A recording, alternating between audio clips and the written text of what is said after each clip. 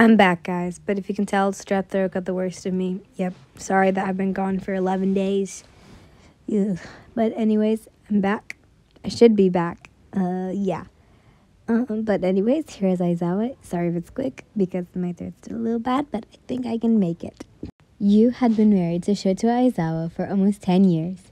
Being pro-heroes, having kids hadn't been a priority. It was safer. You two had targets on your back, and it would cause them so much pain. But you didn't need children to have a happy marriage. However, there was one little girl that stole your hearts, a recently rescued girl. One day, Shoto had come home. "Shoto," you exclaimed. You hugged him, and then you two kissed. But you noticed something was off. "What's wrong?" you asked. He changed and sat down on the couch. "There's this girl we rescued. She's been through hell and back in Togata." He buried his face in his hands and sat slightly. You sat next to him and held him. You knew better than anyone how much Shoto cared. His students were like his kids. And whenever we encountered someone who had a difficult life, we wanted to protect them. After a few minutes, he looked up at me and the little girl we rescued, she needs a place to stay, not somewhere filled with other kids. You held your hands and smiled. "You want her to stay here?" He nodded, and you touched foreheads. "Of course. After all, she's been through." You saw relief on his face. "So tell me more about her." "Arrangements have been made, and the two of you made up a room for her in your small apartment. The day came. You could see why Shoto wanted to take care of her. She was so small, so scared of everything." "Hi, Eri. I'm Yin." She hid behind Shoto. You needed to give her space and time. "Why don't we show you to your room?" you said, smiling. She followed you and Shoto to the spare room. It was somewhat small room. It fit a twin bed, a wardrobe, and a dresser. You had but clothes for her and put them in the dresser. She stepped in the room and looked afraid to touch anything. "It's okay. This is your room. Everything is yours." You saw her eyes brighten a bit, and she sat on the bed.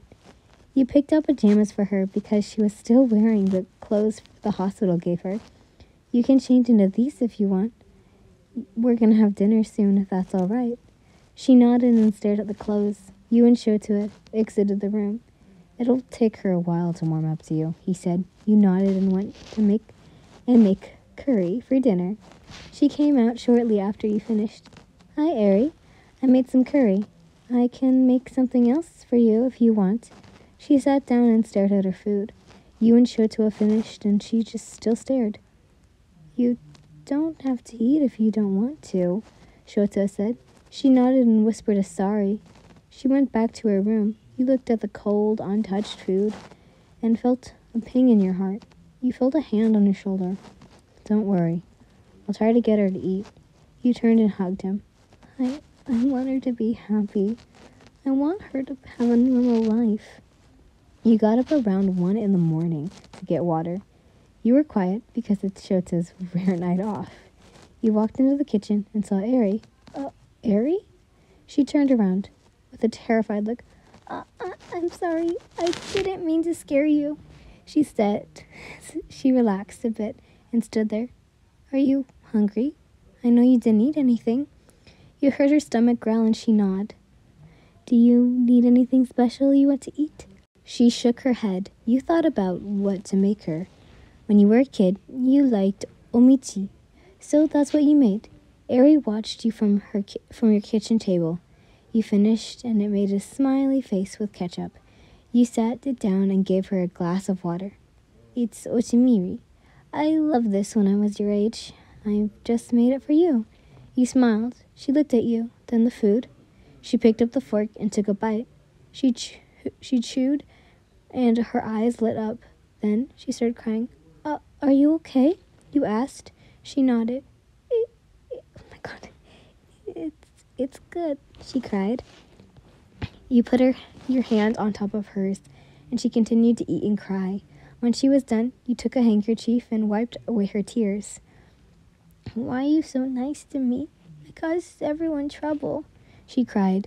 You took her hands and held them. No, you didn't. It wasn't your fault. What happened wasn't your fault. And we're just glad that you're safe.